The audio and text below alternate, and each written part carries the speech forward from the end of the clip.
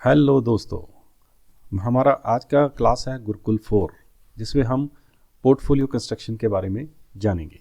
Art of portfolio construction और इसके अगल बगल में और इन्फॉर्मेशन। पोर्टफोलियो कंस्ट्रक्शन करते वक्त सबसे इंपॉर्टेंट चीज़ होती है क्वांटिटेटिव एनालिसिस, दूसरा होता है क्वालिटेटिव एनालिसिस। क्वांटिटी का मतलब है मेरे पास नंबर्स कितने हैं शेयर्स की, क्वालिटी का मतलब है कि मेरे पास शेयर्स तो कम है पर उसकी क्वालिटी बहुत अच्छी है, वैल्यू उसकी बहुत अच्छी है शेयर्स की। दूसरा होता है जब भी हम किसी कंपनी का शेयर बाय करते हैं तो उसका इनोवेशन चेक्स करते हैं कि उसके पास प्रोडक्ट की इनोवेशन क्या है, क्या वो पुराना घसा पिटा प्रोडक्ट बेच रही है काफ़ी सालों से या कोई नए प्रोडक्ट की लॉन्चिंग भी कर रही है। नेक्स्ट आता है size of opportunity. Size of opportunity मतलब वो क्या कंपनी का फ्यूचर थीम क्या है, क्या वो कंपनी इंडिया में ही प्रोडक्ट सेल कर रही है या कंपनी फॉरेन में भी प्रोडक्ट सेल कर रही है। नेक्स्ट आता है रेड फ्लैग्स। रेड फ्लैग्स में आता है कि सेबी की तरफ से कितनी बार कंपनी को फाइन इम्पोज किया गया, क्या उनकी अकाउंटिंग सही पाए जा रहे हैं, ऑडिट में वो सही निकल रहे हैं कंपनी, कहीं कोई ऑडिट में तो नहीं फंस रही है कंपनी, अकाउंटिंग में कोई गड़बड़ी तो नहीं पाई जा रही है, कब हमें सेल करना है शेयर, कब हमें बाई करना है। तो this is the very very important. तो दोस्तों, जब भी हमें कंपनी का शेयर बाय करना है ना, तो सबसे पहले हमें ऐसा एनालिसिस करना होगा जिससे हमें ये पता चल सके कि उस कंपनी की फाइनेंशियल स्टेटमेंट्स कैसी हैं। कंपनी की फाइनेंशियल स्टेटमेंट्स अगर हम पढ़ेंगे अच्छे तरीके से तो कंपनी की फाइनेंशियल स्टेटमेंट्स में सबसे इंपॉर्टेंट चीज़ आती है profit and loss account. Sales क्या इंक्रीज़ कर रही है, प्रॉफिट क्या इंक्रीज़ कर रहा है कंपनी का, मार्जिन्स क्या कंपनी के इंक्रीज़ कर रहे हैं।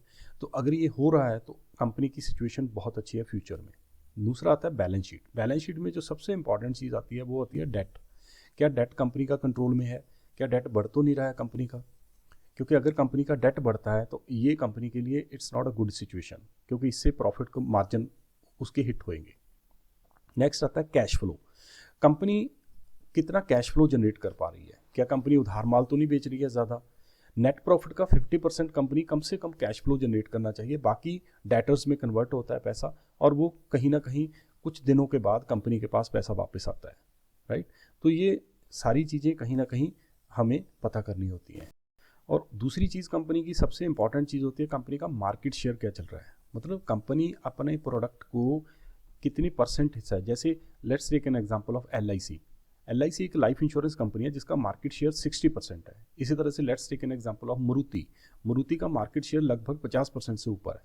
अपॉर्चुनिटी का साइज़ क्या है, मार्जिन्स क्या हैं कंपनी के, उनके पीयर्स जो उनकी कंपनी की बराबर कंपनियां हैं वो उनकी परफॉर्मेंस कैसी चल रही है, अकाउंटिंग प्रैक्टिसेस कौन सी वो फॉलो कर रही हैं। ये सब चीज़ें हमें पोर्टफोलियो कंस्ट्रक्शन में हेल्प करती हैं। नेक्स्ट चीज़ आती है दोस्तों क्वांटिटेटिव एनालिसिस। क्वांटिटेटिव एनालिसिस को अगर हम थोड़ा सा मैंने एक कंपनी की एग्जांपल ली है वोडाफोन आइडिया की। वोडाफोन आइडिया में हमें अब अगर हम इस एनालिसिस को देखें ध्यान से, अगर हमें रीड करना हो इस एनालिसिस को तो हम कैसे देखेंगे। आप इसकी सेल्स देखो, कॉन्टीन्यूसली सेल्स जो है ना, जून तकरीबन 23 से लेके जून 24 तक कंसिस्टेंट है। कंपनी की जो एक्सपेंस है वो कंसिस्टेंट है, कंपनी का जो ऑपरेटिंग प्रॉफिट है वो कंसिस्टेंट है, बढ़ नहीं रहा है कहीं ना कहीं। कंपनी के जो प्रॉफिट्स हैं वो डिक्लाइन कर रहे हैं, मतलब कंपनी का जो लॉस है, माइनस में जो फिगर दिखाई गई है that is an a loss, company is an a loss. Company को जो मार्च 2023 में जो लॉस हुआ था वो हुआ था 7,954 करोड़ का। उसके बाद थोड़ा सा लॉस कम हुआ, फिर लॉस बढ़ गया, उसके बाद अगले साल थोड़ा सा लॉस और बढ़ गया, मार्च 2024 तक लॉस 6,900। मतलब इसका मतलब कंपनी पिछले 2 ढाई 3 साल से कंटिन्यूसली लॉस दे रही है। तो ऐसी कंपनियों में इन्वेस्ट करने का कोई फ़ायदा नहीं है। हमें ऐसी फिगर से हमें ये पता चलता है कि वो कंपनियों की सेल्स बढ़ रही है कि नहीं बढ़ रही है, कंपनियों का जो ऑपरेटिंग प्रॉफिट है वो बढ़ रहा है कि नहीं बढ़ रहा है, कंपनी कितना ऑपरेटिंग प्रॉफिट मार्जिन जनरेट कर पा रही है। अब अगर इस सिचुएशन में देखें, कंपनी का खाली इंटरेस्ट 6,000 करोड़ प्लस निकलता है, इसका मतलब कंपनी के ऊपर बहुत ज़्यादा डेट है। अगर कंपनी का ये इंटरेस्ट का जीरो हो जाए, मतलब डेट उसका जीरो है, तो सीधा सीधा सारे का सारा पैसा प्रॉफिट में कन्वर्ट हो जाएगा वोडाफोन आइडिया का। वोडाफोन आइडिया मैंने एक एग्जांपल के तौर पे लिया है क्योंकि ये कंपनी लॉस मेकिंग यूनिट है इस वक्त। दोस्तों, जो दूसरी मैंने एग्जांपल ली है वो ली है कल्याण ज्वेलर की। ये गोल्ड और ज्वेलरी की कंपनी है, रीसेंट लिस्टिंग है इसकी 2-3 साल पहले की। तो सितंबर, अब इस कंपनी का अगर हम सेल्स का ग्रोथ देखें तो साफ तौर पे ग्रोथ नज़र आ रही है। अगर इस कंपनी का ओपीएम देखें, ऑपरेटिंग प्रॉफिट मार्जिन देखें, बट मार्जिन इसका स्टेगनेंट है, मतलब मार्जिन नहीं बढ़ रहा है इसका, वो 8% पे टिका हुआ है, विच इज़ क्वाइट लेस, थोड़ा सा कम है। बट अगर हम कंपनी के ऑपरेटिंग प्रॉफिट्स को देखें तो प्रॉफिट्स कंपनी के बढ़ रहे हैं, पर कंपनी के साथ साथ एक्सपेंस भी बढ़ रहे हैं। इसका मतलब कंपनी का जो इंटरेस्ट है वो कंपनी बहुत ही कम इंटरेस्ट पे कर रही है, 74 crore, 77 crore, 80 crore, 82 crore and so on. इसका मतलब कंपनी के ऊपर बहुत ज़्यादा डेट नहीं है। कंपनी का जो नेट प्रॉफिट है वो तकरीबन कंसिस्टेंटली थोड़ा थोड़ा इंक्रीज कर रहा है। कंपनी ने सितंबर 2022 में 106 करोड़ का मुनाफा कमाया था, उसके बाद 140 करोड़ का, फिर 70 करोड़ का, फिर then 144 crore and so on. तो कंपनी ने जून 2024 में 178 करोड़ का नेट प्रॉफिट कमाया। अब ये कंपनी के क्वार्टर नंबर्स हैं, एनुअल नहीं है, ये कंपनी के क्वार्टर ऑन क्वार्टर नंबर्स हैं।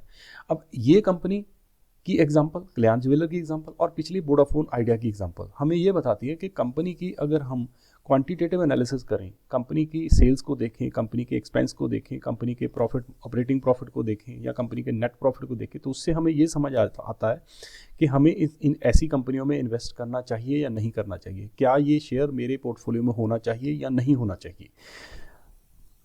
दोस्तों, जो हम पोर्टफोलियो कंस्ट्रक्ट करते हैं उसमें दूसरा जो क्वालिटेटिव एनालिसिस है, क्वालिटेटिव एक तरह से ड्राइवर ऑफ द कार है, कि जो कंपनी को रन कर रहा है, जो कंपनी को चला रहा है, वो है प्रमोटर और कंपनी के सीईओज और कंपनी की मैनेजमेंट।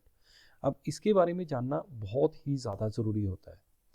प्राइस जो मैंने पे की, प्रमोटर ने जो मुझे अलाउ की, अगर कंपनी का पीई रेशो बहुत हाई है तो इसका मतलब कहीं ना कहीं वो ओवर वैल्यूएशन है उस शेयर की। तो मुझे ऐसे शेयर्स में इन्वेस्ट करना चाहिए या मुझे उस तरह के पीयर्स, कंपनी के पीयर्स जो हैं, कंपनी के जो बराबर के कॉम्पिटिटर्स हैं, ऐसी कंपनियों में पैसा इन्वेस्ट करना चाहिए। अब प्रमोटर जो हैं कंपनी के, वो बहुत ही इम्पॉर्टेंट रोल प्ले करते हैं किसी भी कंपनी में। प्रमोटर्स का इंटेंट क्या है, प्रमोटर्स का एक्सपीरियंस क्या है, रिलेटेड पार्टी ट्रांजेक्शन्स, क्या प्रमोटर रेमुनरेशन या ये सब चीज़ें कहीं अपने रिश्तेदारों में तो नहीं बांट रहे हैं, क्या रेमुनरेशन पे कर रहे हैं अपने सीईओज को, कैपिटल एलोकेशन कैसे कर रहे हैं। तो promoters are good, promoters are honest, promoters are aggressive. तो ये सब चीज़ें जानना हमें बहुत ज़्यादा ज़रूरी है। दूसरा, गुड प्रमोटर्स की एग्जांपल हम इंडस्ट्री से कोट कर सकते हैं। HDFC ग्रुप है, TBS ग्रुप है, मुर्गप्पा ग्रुप है, तो ये कुछ टाटा ग्रुप है, तो ये कुछ ऐसे कंपनियों के प्रमोटर्स हैं जिन्होंने कंपनियों को जो they are very very honest, बहुत ही ज़्यादा ऑनेस्ट है अपनी कंपनियों के लिए और अपने शेयर होल्डर्स के लिए। अब हम दूसरी एग्जांपल भी कोट कर सकते हैं, promoters are not good. Yes Bank में क्या हुआ,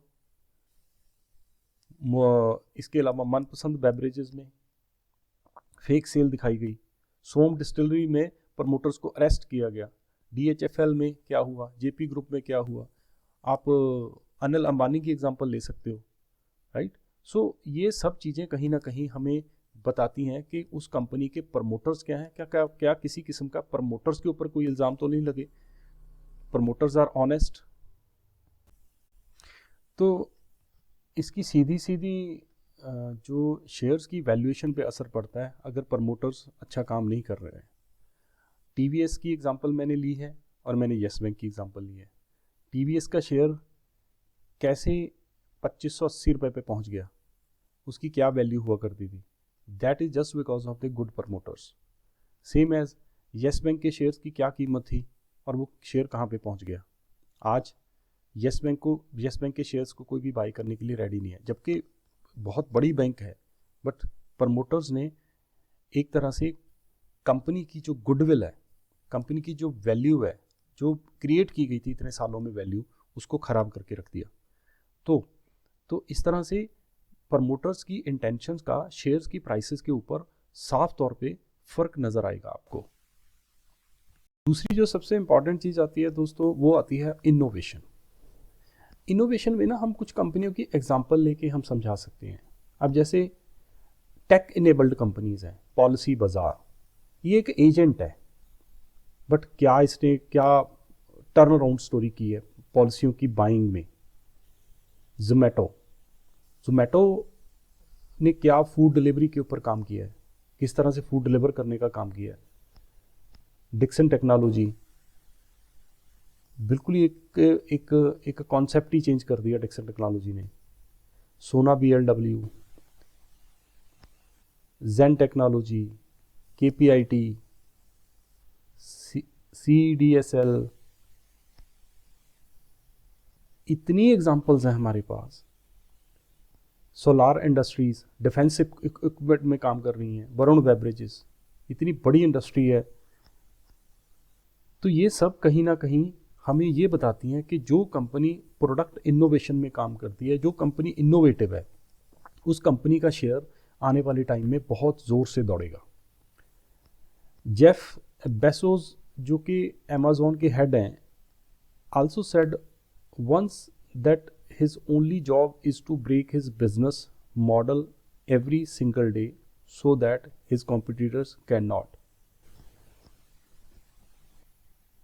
बेजोस सिंपली ये बताते हैं कि मुझे अपने बिजनेस मॉडल को कैसे इनोवेट करना है कि जो कि मेरे कॉम्पिटिटर नहीं कर पा रहे हैं। जो भी कंपनी अपने बिजनेस मॉडल को इनोवेट करती है, इनोवेशंस करती है, वो कंपनी का जो शेयर है वो बहुत ही स्पीड से दौड़ेगा।